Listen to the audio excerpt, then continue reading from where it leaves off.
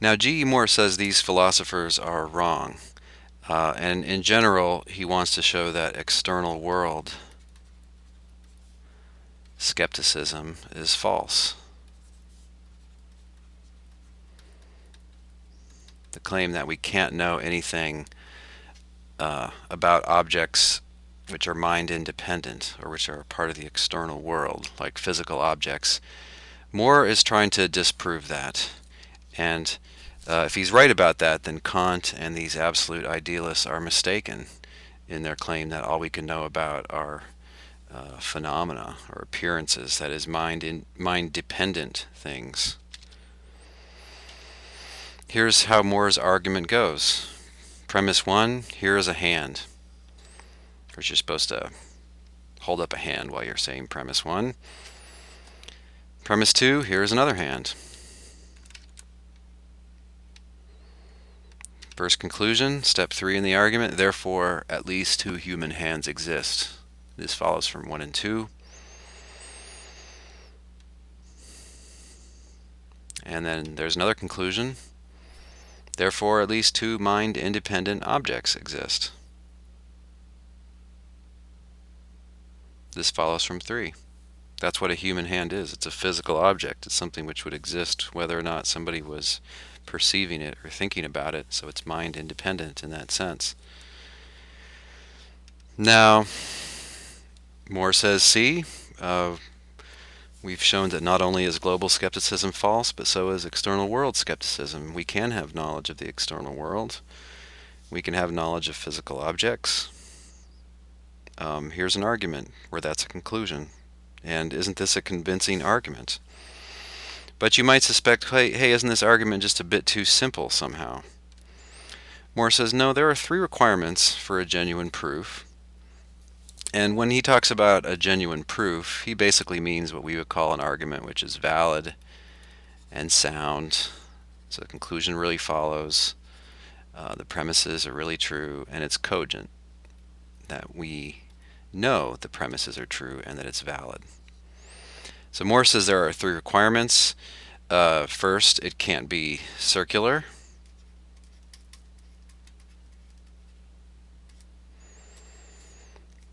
It can't have the conclusion as a premise.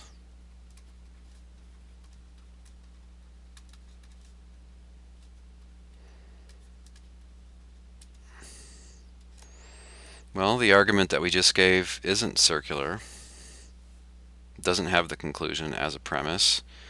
Secondly, he says we must know and not merely believe the premises.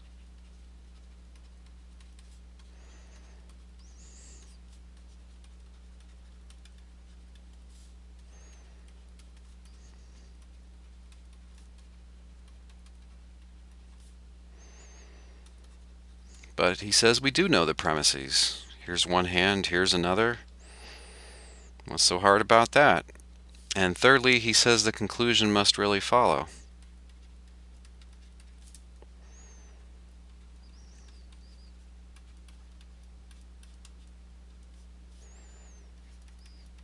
Which is to say, it must really be a valid argument. And both conclusions really do follow, Moore would say. So the argument meets all 3 of these requirements, and I'm not aware of any other requirements for a convincing argument, or what he calls a genuine proof. And look, we all accept proofs like this in ordinary life. Why shouldn't we accept this one?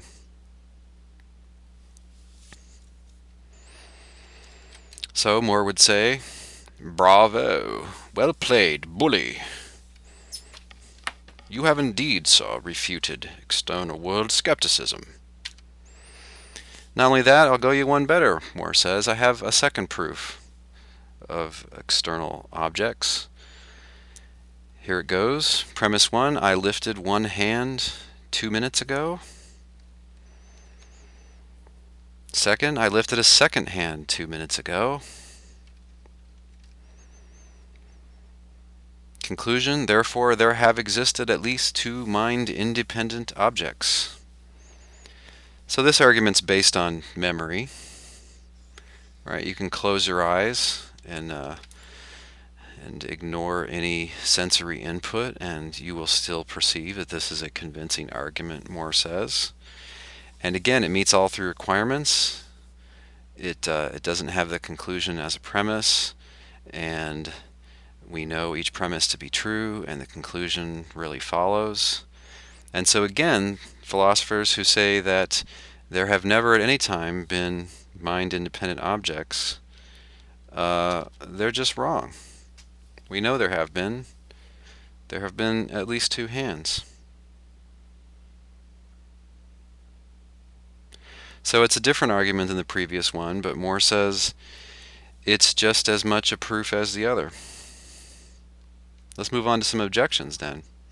Oh, but before that, clarification, Moore says, and this is a long quotation from a chapter called Reply to My Critics in a book that he published a few years later. And this gives you an example of his kind of over-dense, difficult professorial style. So these are his words, shortened by me. Moore says, I have sometimes distinguished between, one, the proposition there are no material things. He means, mind-independent things there, physical things. And two, the proposition nobody knows for certain that there are any material things. And in my lecture called Proof of an External World, I implied with regard to one that it could be proved to be false by holding up one of your hands and saying, this hand is a material thing, therefore there is at least one material thing.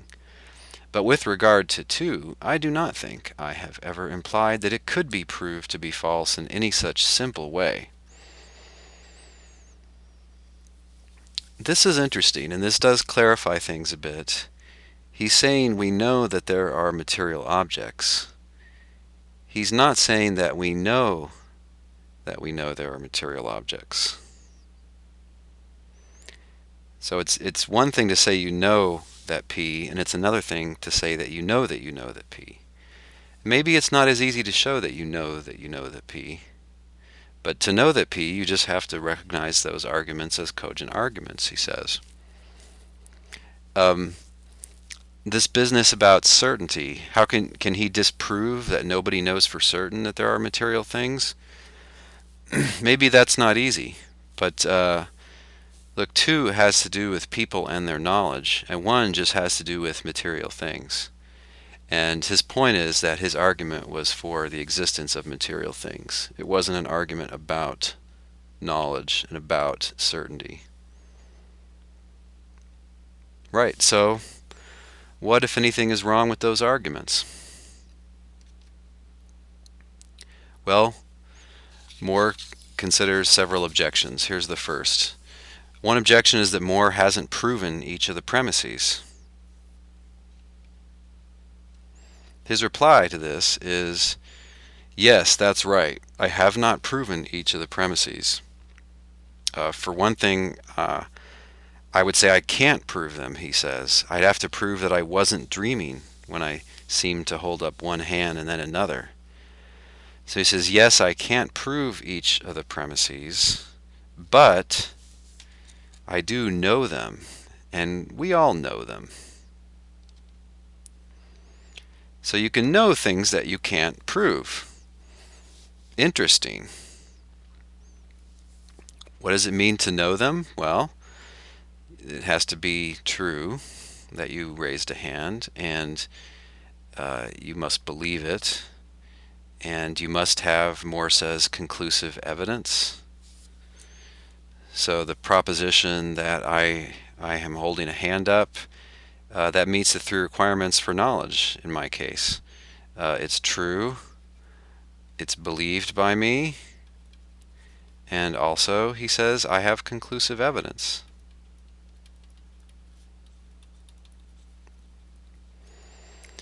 And presumably that's the evidence of the senses. I mean, you can just feel that you've raised your hand up. That's one sense. You can see the hand in front of your face. That's another sense.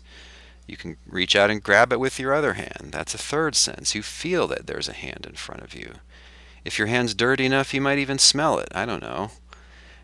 You can lick it. It tastes salty. All your senses are telling you that there's a hand in front of you, a human hand, a physical object. there's your conclusive evidence. So he says, I know it even though I can't prove it.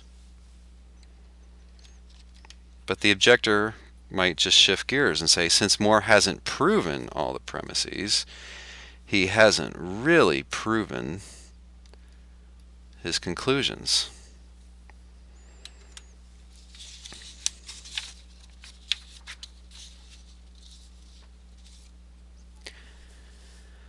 Okay, well, remember, he grants that he has not proven each premise in the argument. And does it follow that he has not really proven his conclusion? Moore says that's invalid. So you could call this 1 and call this 2. And his point is that 2 doesn't follow from 1.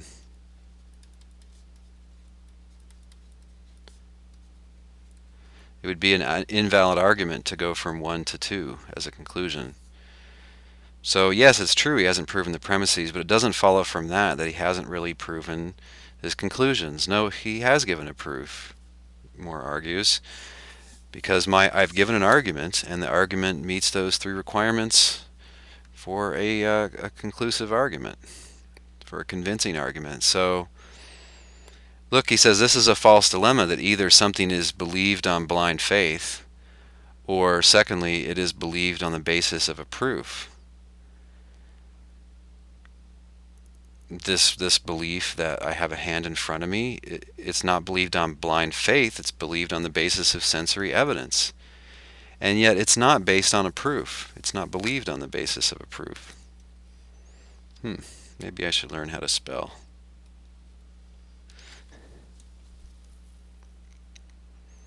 So again, Moore says, look, these objections just aren't getting us anywhere.